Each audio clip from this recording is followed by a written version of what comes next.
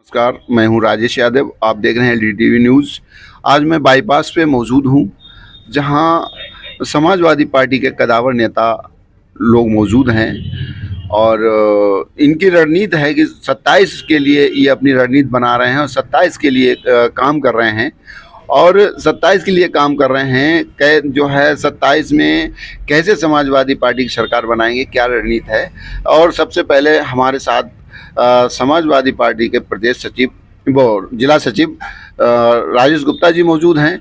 मैं इनसे पूछना चाहता हूं समाजवादी पार्टी के लिए क्या रणनीति तैयार की है, 27 में कैसे सरकार बनाएंगे। जी, क्या नाम है आपका? जी, मैं राजेश गुप्ता, जिला सचिव समाजवादी पार्टी कन्नौज से।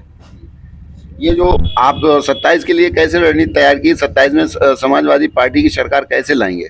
27 में जनता के बीच में जाना है, बेरोजगार, महंगाई, पेपर लीक वाली सरकार, भ्रष्टाचार, अत्याचार, बलात्कारी सरकार, इन लोगों को सबको जनता के बीच में बताना है जनता किस तरह से परेशान है, जनता किस तरह से बेरोजगारी, महंगाई की मार झेल रही है।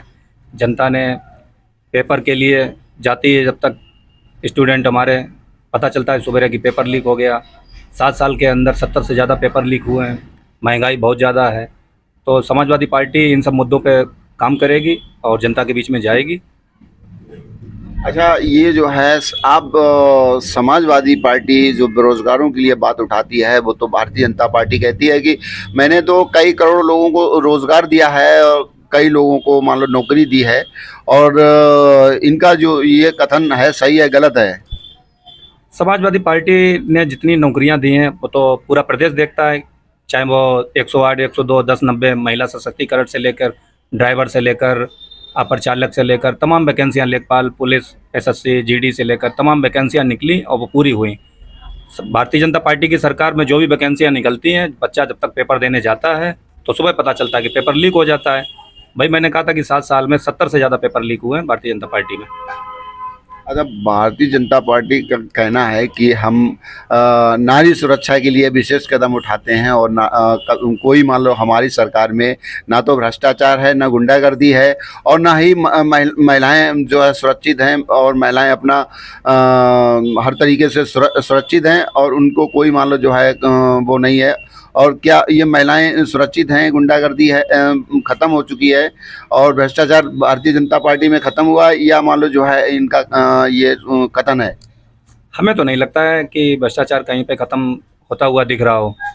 और रही बात बलात्कार, तो आए दिन पेपर में छपता ही रहता है, यहाँ गैंगरेप हुआ, यहाँ बलात्कार हुआ, तमाम तरीके के षड्यंत्र साजिश के तहत किस तरह से हत्याएं हो रही हैं। तो हमें तो नहीं दिख रहा है कि समाजवादी पार्टी में जिस तरह से 100 नंबर की व्यवस्था माननीय राष्ट्रीय अध्यक्ष अखिलेश यादव जी ने जो व्यवस्था दी थी, तो ये इसीलिए दी थी कि गांव, खेत खलिहान में किसी प्रकार का कहीं पे कोई भी मामला हो जाता था, घटनाएं हो जाती थी, पुलिस नहीं पहुंच पाती थी, तो 100 नंबर डायल कर दीजिए, फटाक से पुलिस पहुंच जाती थी। ये व्यवस्था माननीय राष्ट्रीय अध्यक्ष जी अखिलेश यादव जी ने दी थी।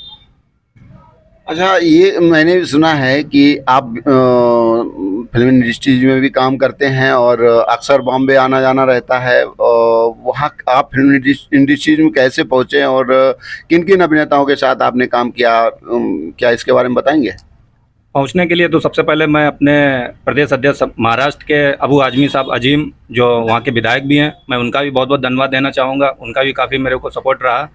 और अभी मेरी एक मूवी आई थी 15 अगस्त पे, डबल स्मार्ट शंकर, संजय दत्त साथ के काम किया है, संजय दत्त था और रामपुत नैनी साहब थे और हमारे काव्या थापर जो बॉलीवुड की हीरोइन है वो भी थी, साउथ की। और मिलना तो काफ़ी लोगों से हुआ, अमिताभ बच्चन सर हों, आयुष्मान खुराना जी हों, अजय देवगन भी हों। अच्छा, काफ़ी अभिनेताओं के साथ आपने काम किया है, धन्यवाद गुप्ता जी।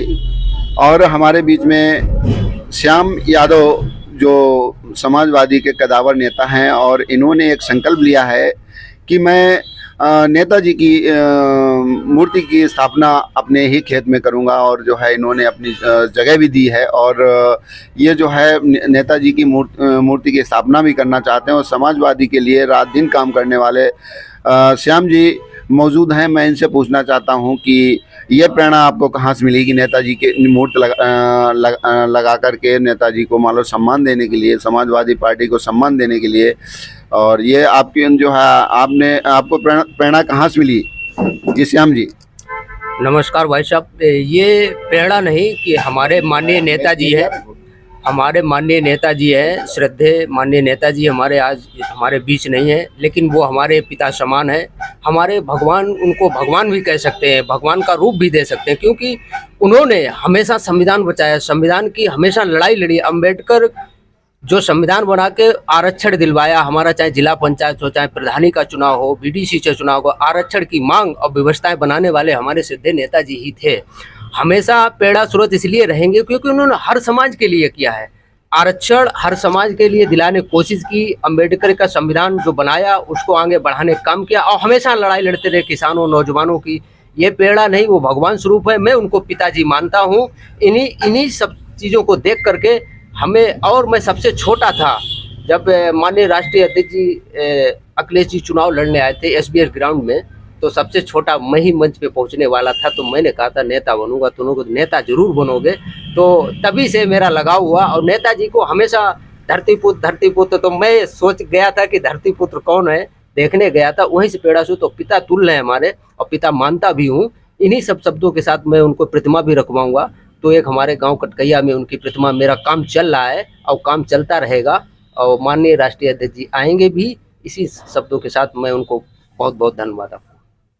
अच्छा, ये समाजवादी पार्टी के लिए आप कितना समय देते हैं और कितना पार्टी को 27 में सरकार लाने के लिए क्या योजना है आपकी? समाजवादी पार्टी को समय, ये हम जब से छात्र राजनीति में रहे हैं, कानपुर यूनिवर्सिटी के हम छात्र नेता रहे हैं। चुनाव चाहे लड़ने हो, चाहे खुद लड़ना हो, चाहे लड़वाना हो, हमेशा छात्र राजनीति करते रहे। आंदोलन में भी मैं कई जगह शामिल रहा, इलाहाबाद में शामिल रहा आंदोलन में, आगरा में मैं शामिल रहा। कई बार पुलिस द्वारा मैं पकड़ा भी गया, मुझे जेल भी पहुंचाया गया, लेकिन मैंने आंदोलन जारी रखा समाजवादी पार्टी। मेरी शुरू से ही राजनीति करने की इच्छा थी। अगर मैं सरकारी नौकरी में होता तो मैं आज डबल स्टार का दरोगा होता, मैं लेखपाल होता, मैं SDM होता, क्योंकि मैंने परीक्षाएं कई क्वालिफाई की हैं। लेकिन मुझे ये लग रहा था इन परीक्षाओं से या नौकरी करने से मेरा भला नहीं होना, मैं समाज का भला नहीं कर सकता हूँ, समाज के लिए लड़ाई नहीं लड़ सकता हूँ। हमारी समाजवादी पार्टी हर समाज को लेकर चलती है, समाज को पकड़ती है। तो हमने ये देखा, मैं गरीब किसान नौजवानों को लड़ाई नहीं लड़ पाऊंगा। मेरे लिए नौकरी बहुत ज़रूरी थी, क्योंकि मैं मध्यम वर्गीय हूँ, किसान का बेटा हूँ। तो मैं इन मुद्दों को नहीं देख, तो मैंने अपना सब कुछ न्यौछावर बचपन से किया है और पार्टी के लिए काम कर रहा हूं और समाज सेवा के लिए काम कर रहा हूं। इसीलिए मैं बचपन से राजनीति में रहा हूं। मैंने अब कुछ सब कुछ त्याग से, मैं हमेशा 24 घंटे सोने के बाद, इसके बाद कहीं न कहीं क्षेत्र दुख सुख में जाना, बराबर पार्टी के लिए काम करना, मैं लगा रहता हूँ पार्टी की नीतियों को लेकर के और पार्टी की व्यवस्था के लिए। और 27 में हमारी पूर्ण बहुमत सरकार बनेगी और हम समाजवादी पार्टी के साथ हैं और हमेशा लगे रहेंगे। धन्यवाद श्याम जी। और हमारे बीच में